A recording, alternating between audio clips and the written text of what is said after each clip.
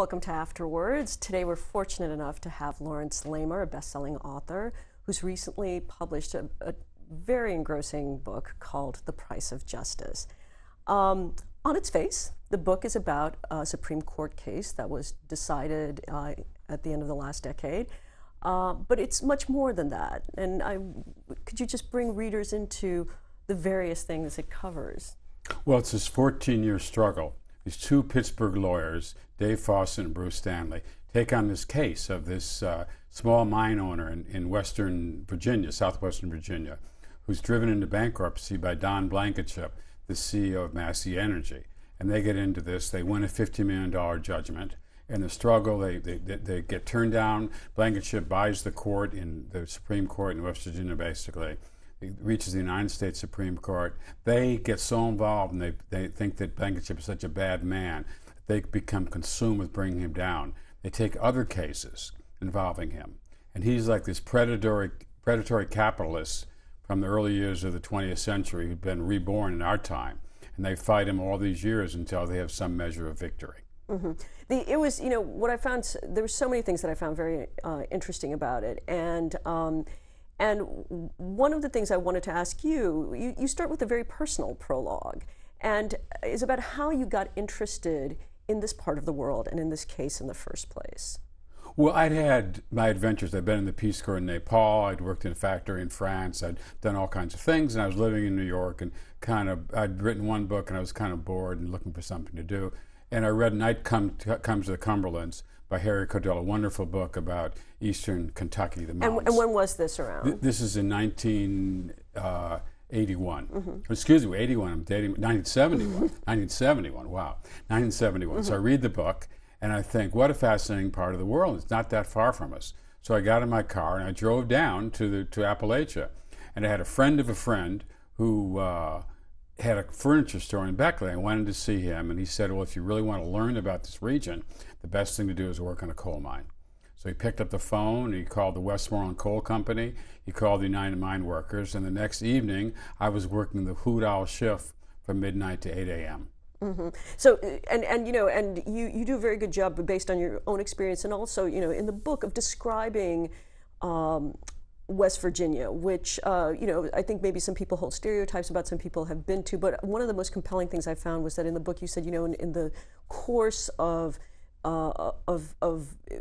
time and industrialization in this country, that more than 100,000 miners have perished in the pursuit of coal. This is to fire our factories and our power plants, right, and to give us the standard of living that we have. Can you tell us about the West Virginia that you were in 1971, and then the West Virginia you returned to in the course of doing this book, and what role you think the companies in the industry had in the changes that you saw?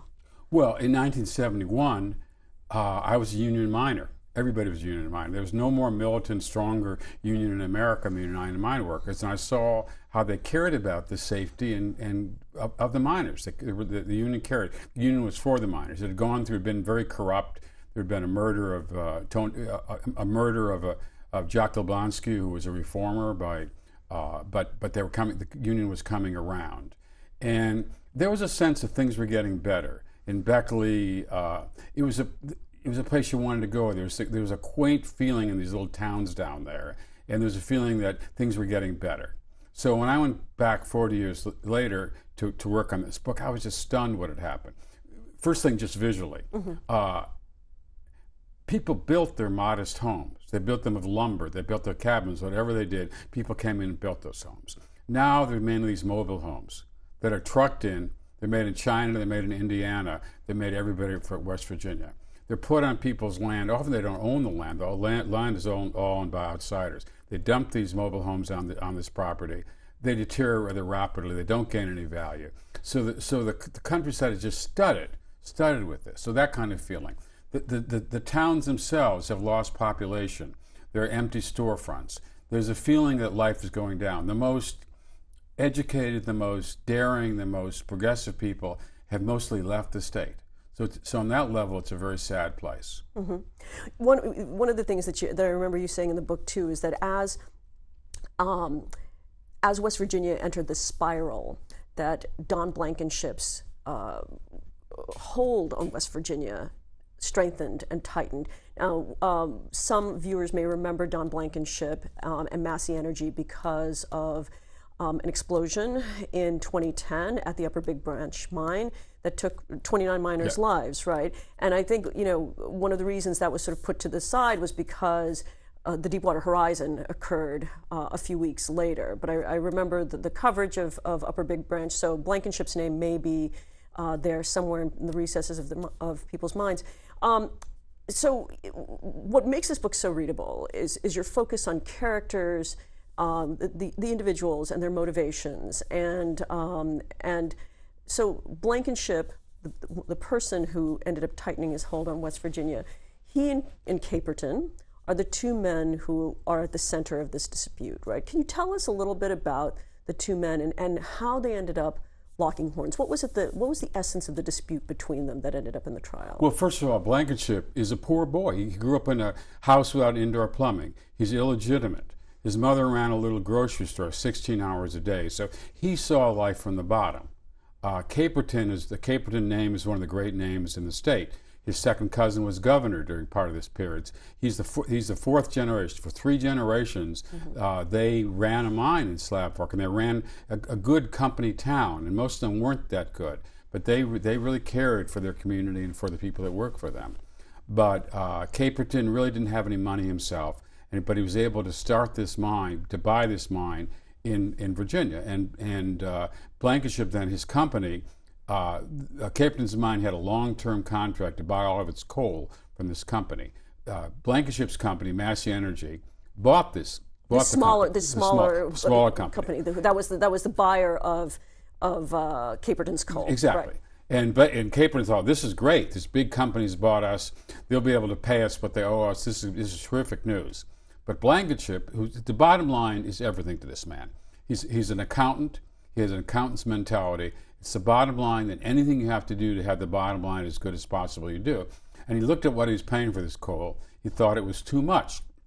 So he declared force majeure, which is a business contract. You find this in business contracts. That says that there's an act of God, if there's a fire, if there's a strike, a hurricane or something like that, and you can't deliver, then you can get out of your contract.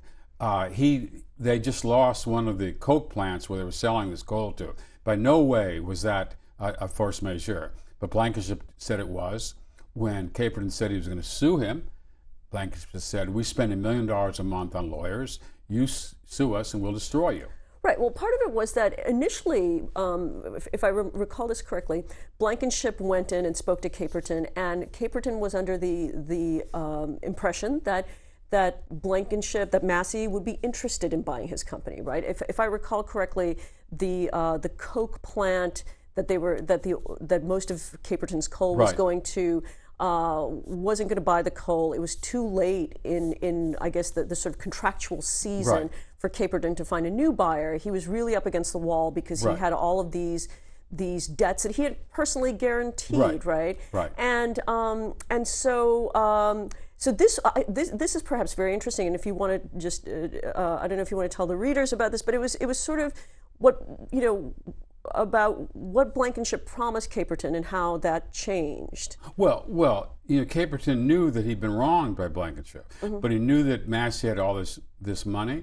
He knew he had 125 union miners that needed their jobs. He didn't have the money for a lawsuit. And when Blankenship said, maybe the way out of this is for us to buy your company, he said, okay. And Caperton thought it was worth something like $18 million. He said that, and Blankenship said, no, that's not enough. And they went further down and down until it was really just a few $1 million. And Caperton had no choice but to take it. But the deal didn't close.